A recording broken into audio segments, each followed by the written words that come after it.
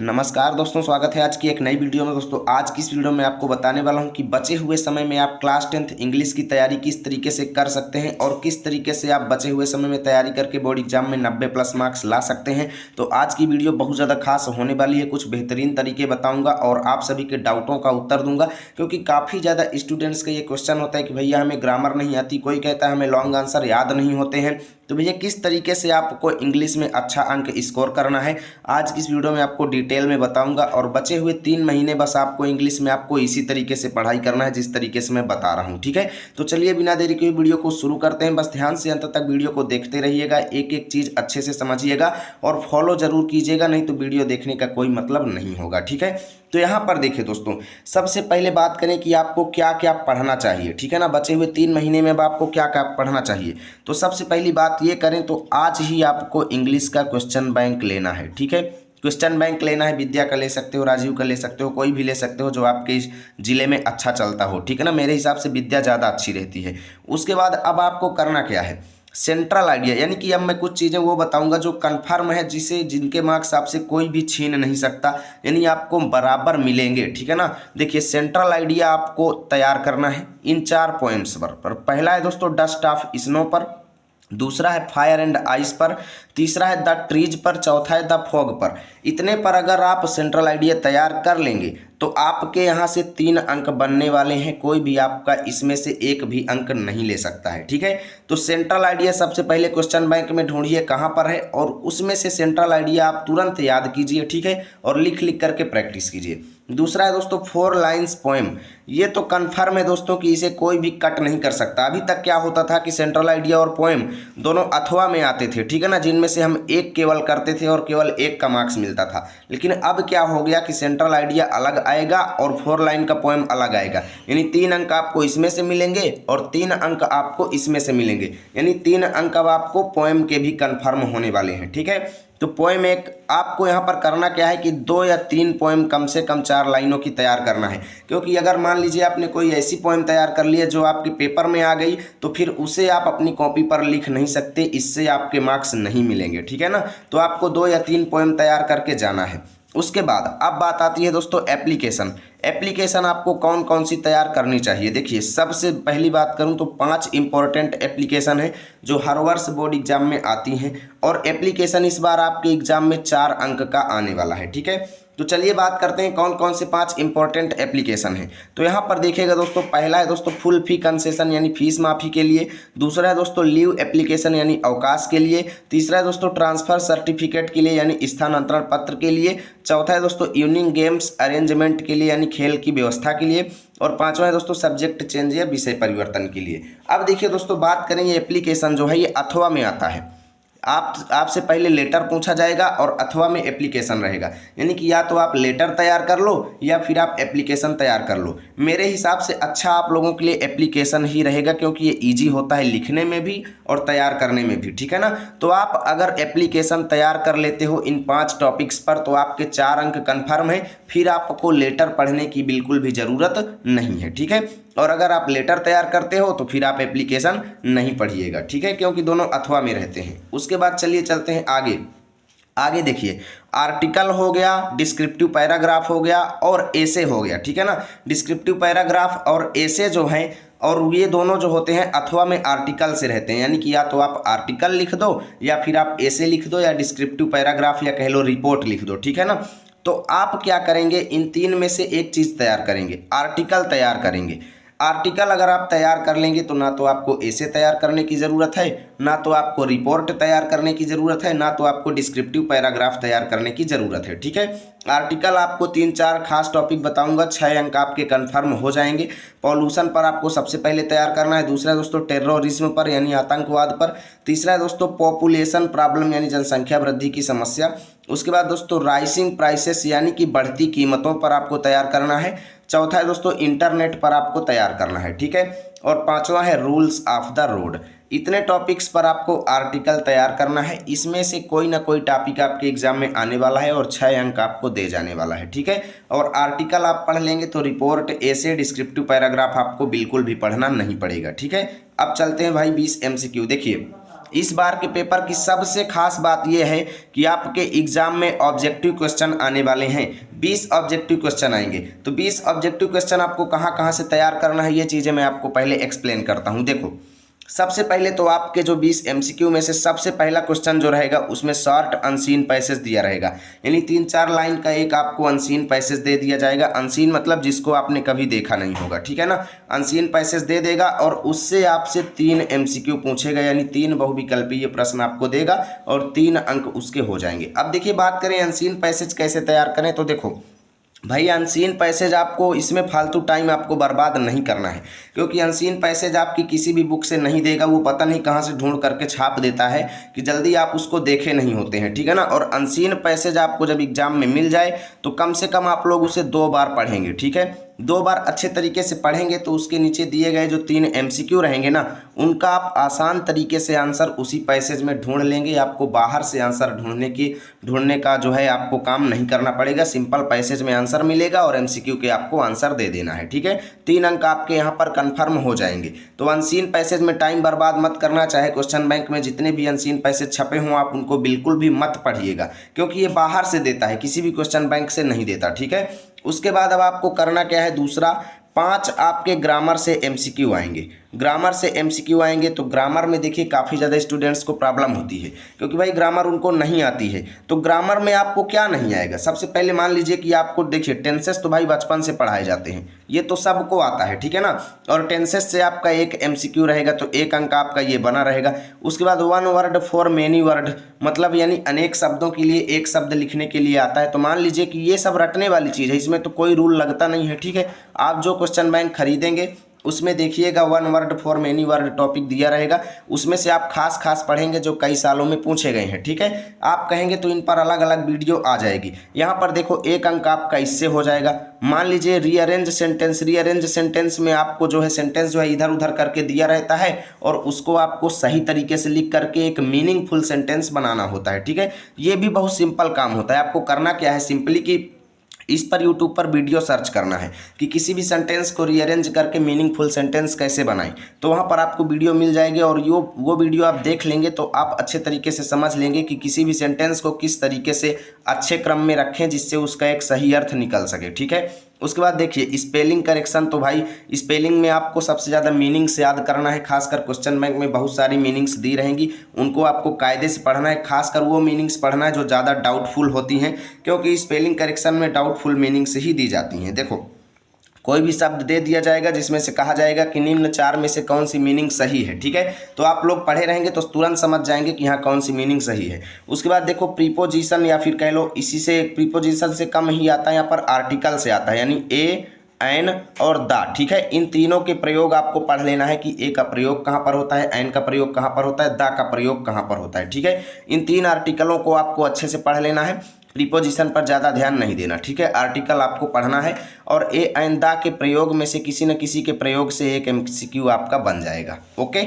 अब देखिए बात करें अगले एमसीक्यू की, तो यहाँ पर एमसीक्यू जो आपका बनेगा पैसेज ऑफ प्रोज, ठीक है ना।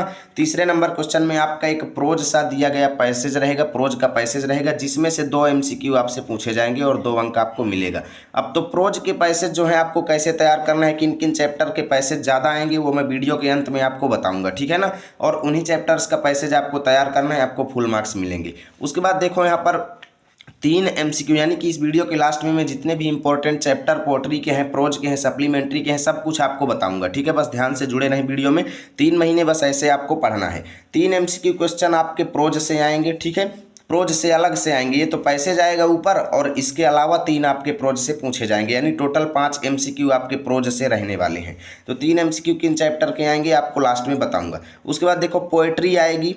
पोएट्री से आपके एक स्टेंजा दिया रहेगा, एमसीक्यू में एक स्टेंजा मतलब एक 3-4 लाइनें दे दी जाएंगी और उसके नीचे आपसे 2 एमसीक्यू दिए जाएंगे। तो पोएट्री के 2 एमसीक्यू आपको देना पड़ेगा आंसर, और उस पोएट्री के स्टेंजा को अच्छी तरीके से पढ़ेंगे तो आपको आंसर मिल जाएगा और 2 अंक आपके यहाँ से बनेंगे। उसके बाद देखो फुटप्रिंट्स विदाउट फील, यानी कि विदाउट फीट या कह लो सप्लीमेंट्री रीडर, इससे आपके 5 एमसीक्यू आएंगे। यानी सप्लीमेंट्री रीडर से भी आपको क्वेश्चन बैंक में सप्लीमेंट्री रीडर खोलना है और उसमें से जो प्रत्येक चैप्टर के एमसीक्यू आपको तैयार करना है, क्योंकि 5 एमसीक्यू आपके 5 नंबर यहाँ से आने वाले हैं। तो इस तरीके से आपको 20 एमसीक्यू की तैयारी करना है।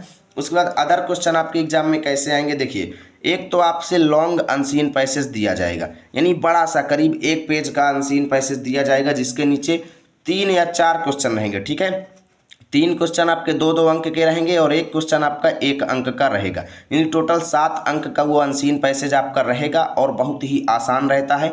उस पैसेज को आपको 2-3 बार पढ़ेंगे तो उसके नीचे दिए गए क्वेश्चन का आप लोग आसानी से आंसर कर लेंगे। तो कहने का मतलब ये है कि इस अनसीन पैसेज को कैसे हल करना है, इस पर आपको वीडियो देख लेना चाहिए और इसको तैयार करने में फालतू आपको टाइम बर्बाद नहीं करना चाहिए, केवल तरीका सीख लेना चाहिए कि किसी भी अनसीन पैसेज को कैसे सॉल्व किया जाता है। ठीक है, अब देखिए दोस्तों, बात करें ग्रामर की, तो भाई ग्रामर देखो, मैं अगर अब के हिसाब से कहूँ तो भाई अब जितना कम टाइम आप लोगों के पास बचा हुआ है ना, और अगर आप हार्ड वर्क नहीं कर पाते हैं तो भाई ग्रामर तो आप बिल्कुल भी अब ध्यान मत दीजिए, ज़्यादा मत ध्यान दीजिए।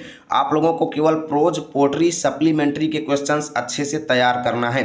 अब मैं ये क्यों बोल रहा हूँ, देखिए अगर बात करूँ दोस्तों कि डायरेक्ट इनडायरेक्ट को आप पढ़ेंगे तो कायदे से आप इसे 1 हफ्ते पढ़ेंगे। ठीक है ना, अगर पूरा कोर्स पढ़ेंगे तो डायरेक्ट इनडायरेक्ट का पूरा अगर पढ़ेंगे तो, छोटा मोटा की बात अलग है। ठीक है ना, और छोटा मोटा में आप एग्जाम में कर भी नहीं पाएंगे जब तक इसको आप डिटेल से नहीं पढ़ेंगे। ठीक है ना, पैसिव वाइज भी आप 3 से 4 दिन बराबर पढ़ेंगे, 3 से 4 दिन आपका इसमें चला जाएगा।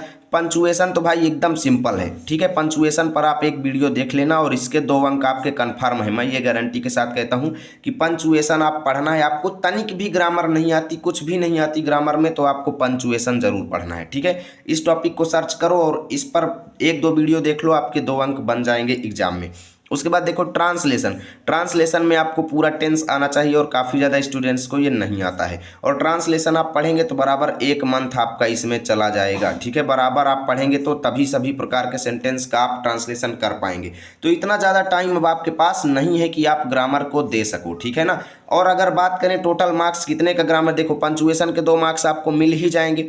मान लो कि आपको डायरेक्ट इनडायरेक्ट के 2 मार्क्स छूट गए, पैसिव वॉइस के 2 मार्क्स छूट गए। ठीक है, ट्रांसलेशन के 4 मार्क्स छूट गए, तो 4, 2, 6, 2, 8 आपके कितने मार्क्स छूटे, 8 मार्क्स छूटे। और यहीं पर अगर आप प्रोज, पोट्री और सप्लीमेंट्री की बेहतरीन तैयारी कर लेते हैं ना, इतनी तैयारी आप कर लेते हैं कि 70 में से आपका 70 आना चाहिए। ठीक है ना, और मान लीजिए कि भाई उसमें से आपके ग्रामर के 8 अंक कट गए क्योंकि आपने ग्रामर की तैयारी नहीं की थी, तो आपको कितने मार्क्स मिल गए, 62 मार्क्स मिल गए। अब 62 में आप 30 जोड़िए, प्रैक्टिकल का कितने मार्क्स बन गया, 92 मार्क्स बन गया। यानी कि अगर आप प्रोज, पोट्री, सप्लीमेंट्री बेहतरीन तरीके से तैयार कर लेते हो तो ग्रामर आपकी सफलता में तनिक भी बाधा नहीं डालेगा। 92 मार्क्स भी इंग्लिश में बहुत होते हैं दोस्तों। ठीक है ना, एक पढ़ने वाले स्टूडेंट से पूछिए ये कितना ज़्यादा मेहनत से मिलता है। तो आप लोगों को ग्रामर अभी तक कुछ भी नहीं पढ़े हो तो भाई ग्रामर पर विशेष ध्यान मत दो। आप लोगों को प्रोज, पोट्री, सप्लीमेंट्री अच्छे तरीके से रटना है और अच्छे से तैयारी करना शुरू कर दो। ठीक है, उसके बाद देखो प्रोज से कैसे क्वेश्चन आएंगे। प्रोज से आपको क्वेश्चंस पढ़ना है, खासकर क्वेश्चन। ठीक है ना, एमसीक्यू तो आपको जब प्रोज के चैप्टर पढ़ लेंगे तो एमसीक्यू आपको अपने आप आने लगेंगे। ठीक है ना, और एमसीक्यू पर रोजाना मैं क्लास लेकर के आता रहूँगा, इंपॉर्टेंट एमसीक्यू जो चैप्टर्स के हैं। ठीक है, प्रोज में देखिए 2 शार्ट आंसर टाइप क्वेश्चन आपके आएंगे, यानी 2 शार्ट आंसर आएंगे पूरे चैप्टर से। मान लो एक मोटी बात कि अगर आपके प्रोज में 10 चैप्टर हैं, ठीक है, 10 चैप्टर से आपके कितने क्वेश्चन आएंगे शॉर्ट आंसर में, कुल 2 क्वेश्चन आएंगे। तो अब भाई 2 क्वेश्चन खास कर किन चैप्टर्स से आएंगे अभी लास्ट में बताऊंगा, और उन चैप्टर्स को आपको अच्छे तरीके से तैयार करना है। ठीक है, और एक आपका लॉन्ग आंसर टाइप क्वेश्चन आएगा 4 अंक का, यानी कि आपका जो है 2 तो यहाँ शॉर्ट आंसर आएंगे 3-3 अंक के, जिससे आपका 6 अंक बन जाएगा, और एक लॉन्ग आंसर आएगा जिससे आपका 4 अंक बन जाएगा। दोनों मिलाकर के 10 अंक आप प्रोज से बना लेंगे ना, बिल्कुल बना लेंगे, क्योंकि जब आप शॉर्ट आंसर याद कर लेंगे तो आपका तो बना बनाया मार्क्स है, उसको तो कोई काट ही नहीं सकता। ठीक है, उसके बाद बात करें दोस्तों पोएट्री की, तो पोएट्री में देखो, पोएट्री में आपसे एक शॉर्ट आंसर टाइप क्वेश्चन पूछा जाएगा या फिर इसी के अथवा में रहेगा पोएम। तो भाई देखो, शॉर्ट आंसर पोएट्री के रटने से अच्छा है कि आप एक पोएम रट लो। ठीक है ना, पोएम तो कंफर्म रहेगा, क्योंकि शॉर्ट आंसर आप रटे, पता नहीं वो आया कि नहीं आया, तो इसमें आपके मार्क्स कटने की संभावना है। वहीं पर अगर आप पोएम तैयार कर लेंगे तो 3 अंक आपका बन जाएगा। तो शॉर्ट आंसर पोएट्री का बिल्कुल भी ना रटें, आप पोएम याद कर लो। ठीक है, 3 अंक आपका पोएट्री से ये बन गया। उसके बाद देखो भाई सप्लीमेंट्री रीडर में आ जाओ। यहाँ पर देखो सप्लीमेंट्री रीडर में यहाँ पर एक आपको शॉर्ट आंसर टाइप क्वेश्चन पूछा जाएगा सप्लीमेंट्री से। अब समझ लीजिए कि अगर सप्लीमेंट्री में 7 चैप्टर हैं तो टोटल 7 चैप्टर से आपका एक शॉर्ट आंसर पूछा जा रहा है। तो भाई कितना कम पूछा जा रहा है, और अगर आप अच्छे से तैयार कर लेंगे तो 3 अंक आपका ये कोई भी ले जाने वाला नहीं है, ठीक है। यानी इनके क्वेश्चन आपको तैयार करना है। उसके बाद एक लॉन्ग आंसर टाइप क्वेश्चन आपसे सप्लीमेंट्री से पूछा जाएगा जो कि 4 अंक का होने वाला है। यानी कि 7 अंक आपका सप्लीमेंट्री में कंप्लीट होने वाला है। 10 अंक आपके प्रोज में, 3 अंक आपके पोट्री में, 7 अंक आपका सप्लीमेंट्री में। तो 10 3 13 7 20 अंक आपका यहाँ पर ये तैयार होने वाला है, ठीक है। और 20 अंक आपका एमसीक्यू का हो जाएगा, और आर्टिकल, लेटर, एप्लीकेशन वगैरह आप तैयार कर लेंगे तो 20-30 नंबर वो हो जाएगा और आप अच्छे तरीके से अच्छे मार्क्स लेकर आएंगे, ठीक है। अब चलिए देख लेते हैं कौन कौन से इंपॉर्टेंट क्वेश्चन है, क्योंकि काफ़ी ज़्यादा स्टूडेंट्स को अभी तक इंतजार था और वो वीडियो में जुड़े हुए हैं। तो अभी कोई कंजूसी नहीं करेगा, वीडियो को ज़्यादा से ज़्यादा लाइक करो। अगर इस वीडियो में आप लोग 200 प्लस लाइक कर देते हो ना, तो मैं इन सभी टॉपिक्स पर स्पेशल वीडियो लेकर आऊँगा और 3 महीने में पूरी अंग्रेजी आपकी फिनिश करा दूंगा और आप 90 प्लस मार्क्स लेकर के आएंगे, मैं ये गारंटी के साथ कहता हूँ, ठीक है। तो यहाँ पर देखिएगा प्रोज के चैप्टर पहले देख लो। पहले यहाँ पर प्रोज के आपको इंपॉर्टेंट चैप्टर बता देता हूँ। देखो, a letter to God most important chapter है। इससे आपका एक शॉर्ट आंसर तो कंफर्म है, ये लिख करके रख लो, ठीक है। यानी कि एक शॉर्ट आंसर तो आपका यहीं से बन जाएगा। उसके बाद बचे हुए चैप्टर से आपके शॉर्ट आंसर आएंगे। दूसरा देखो, Nelson Mandela long walk to freedom. देखिए काफ़ी ज़्यादा स्टूडेंट्स है जो पुरानी क्वेश्चन बैंक से पढ़ रहे होंगे, तो भाई ऐसी गलती मत करना, आप लोगों को नई क्वेश्चन बैंक लेना है, क्योंकि पुरानी क्वेश्चन बैंक में सिलेबस कुल 70% दिया गया है और इस बार आपका सिलेबस कितना है, 100% है। 30% आपका फिर से बढ़ा दिया गया है। तो भाई पुरानी क्वेश्चन बैंक आपके काम की नहीं है, उसे रख दो, नई खरीदो, ठीक है। उसके बाद देखो, from the diary of Anne Frank, इससे आपका एक शॉर्ट आंसर बन जाएगा और इस वाले चैप्टर से आपका लॉन्ग आंसर आने की ज़्यादा संभावना है, ठीक है ना, नेल्सन मंडेला वाले से। उसके बाद देखो, ग्लिम्पस ऑफ इंडिया, इसमें 3 पार्ट है तो खासकर आपको 1-2 पार्ट पढ़ना है, पूरा नहीं पढ़ना है, ठीक है। उसके बाद देखो, मैडम राइड्स द बस, इससे भी शॉर्ट आंसर आने के चांसेस हैं। उसके बाद देखो, 2 स्टोरी अबाउट फ्लाइंग, ठीक है।